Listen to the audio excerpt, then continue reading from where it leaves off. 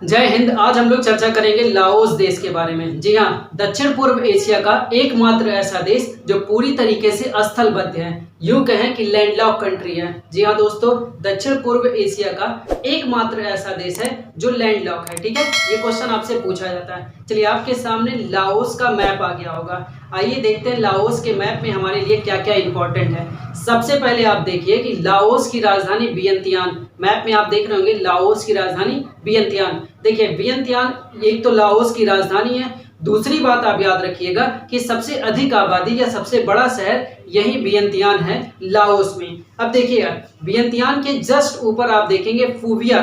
ठीक है, फूविया एक प्लेस है। फूविया मतलब कि वो वहां का एक सबसे ऊंचा पर्वत है। ठीक है, सबसे ऊंचा पर्वत कौन है? फूविया है। आइए दोस्तों, थोड़ी सी और चर्चा करते हैं। क्यों इसको देखते हैं हम लोग लैंडलॉक कंट्री के रूप में। पहले इसके बाउंड्री को देखिए, सीमा जो साझा हो रही है। देखिए, अगर आप इस साइड की बात करें, पश्चिम साइड की, तो आप देखेंगे कि वहां पे आपको म्यांमार देखने को मिलेगा और फिर उसी के ऊपर चाइना। ठीक है, तो म्यांमार और चाइना से उधर सीमा साझा हो रही है। और इस साइड में आप देखेंगे तो इस साइड में आपको वियतनाम, कंबोडिया और थाईलैंड। तो आप कहेंगे कि सर 5 देशों से लाओस की सीमा साझा होती है, म्यांमार, चीन, वियतनाम, कंबोडिया और थाईलैंड। पहली चीज हम लोगों ने देखा कि 5 देशों से इसकी सीमा साझा होती है। नेक्स्ट चीज देखिएगा कि ये फ्रांस से मतलब कि आजाद हुआ था, मतलब 1953 में फ्रांस से ये स्वतंत्र हुआ था। आइए देखते हैं कौन कौन सी कंट्री फ्रेंच ईस्ट इंडिया वाली बनाती है प्रोसेस। देखिए, इनको गोल्डन ट्रायंगल में भी रखा जाता है। ठीक है, तो फ्रांस के कब्जे में ये 3 देश थे, वियतनाम था, लाओस था, कंबोडिया था। ये तीनों देखिए ट्रायंगल बन रहा होगा, गोल्डन ट्रायंगल। ये तीनों थे किसके? फ्रांस के कब्जे में। तो अगर पूछा जाए कि लाओस किससे स्वतंत्र हुआ था, तो फ्रांस से स्वतंत्र हुआ था। अब एक चीज और देखिए, मेकांग नदी यहीं से होकर निकलती है, मतलब निकलती कहीं और से, होती यहाँ से गुजरती हुई चलती है। अब किन 2 देशों के बीच में गोल्डन ट्रायंगल का विवाद है मेकांग नदी को लेके? तो म्यांमार, थाईलैंड, लाओस, ये तीनों देश क्या करते हैं? ट्रायंगल बनाते हैं। ठीक है, तो ये बात भी आपको याद रखना है कि ये तीनों देश गोल्डन ट्रायंगल बनाती हैं मेकांग नदी को लेकर। ठीक है, मेकांग नदी को लेकर गोल्डन ट्रायंगल बनाती हैं। और क्वेश्चन पूछा जाता है इसमें कौन सा देश है जो मेकांग नदी के पचड़े में या विवाद में नहीं पड़ता है? तो कंबोडिया नहीं पड़ता है। ठीक है, अच्छा, इतनी पॉइंट तो आपने कवर किया भाई लाओस के बारे में जो आपको जानना था। चलिए, अब समझते हैं कि लाओस जब लैंडलॉक कंट्री है तो इसमें क्या क्या चीजें हमें देखने को मिलती है। देखिए, एक तो है ये लैंडलॉक कंट्री, मतलब एकदम स्थलबद्ध देश है। ये पूरा देश मतलब कि पूरा देश आपको देखने को मिलेगा कृषि के मामले में बहुत आगे माना जाता है। लगभग यहाँ की 80% जो जनसंख्या है वो कृषि पे डिपेंडेंट है। कहा जाता है यहाँ पे अफीम की भी खेती होती है, धान की भी खेती होती है। और चूंकि ये स्थलबद्ध देश है, पहाड़ों से घिरा हुआ है, तो यहाँ पे बहुत ही कीमती कीमती पत्थरों का भी पाया जाना, ऐसा अनुमान लगाया जाता है कि कीमती पत्थर भी यहाँ पे मिलेंगे। और देखिए, चूंकि यहाँ के माना जाता है कि लाओस एक गरीब देश है और 80% जनसंख्या जो है वो कृषि पर डिपेंड करती है। कहा जाता है कि यहाँ जल विद्युत की इतनी संभावनाएं हैं कि इसे दक्षिण पूर्व एशिया का बैटरी के रूप में भी देखा जाता है। तो इतनी चीजें तो हमने लाओस के बारे में देखा। अब हम बढ़ेंगे आगे स्टैटिक जीके पे।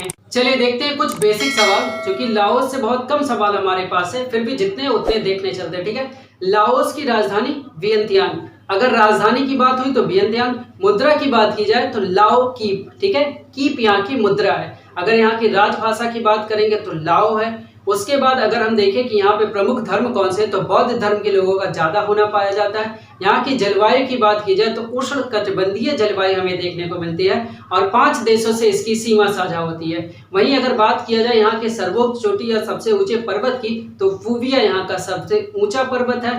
और दूसरी बात अगर यहाँ पे किया जाए तो 1953 में, ठीक है, 1953 में फ्रांस से यह स्वतंत्र हुआ था। लाओस में कुल आपको 17 प्रांत देखने को मिलेंगे और एक एक्स्ट्रा प्रांत की बात चल रही है। 1997 में यह देश आसियान का सदस्य बना और 2013 में यह WTO का सदस्य बना। चलिए बात करें अगर भारत और लाओस के संबंध के बारे में, तो देखिए भारत और लाओस के संबंध काफी अच्छे हैं।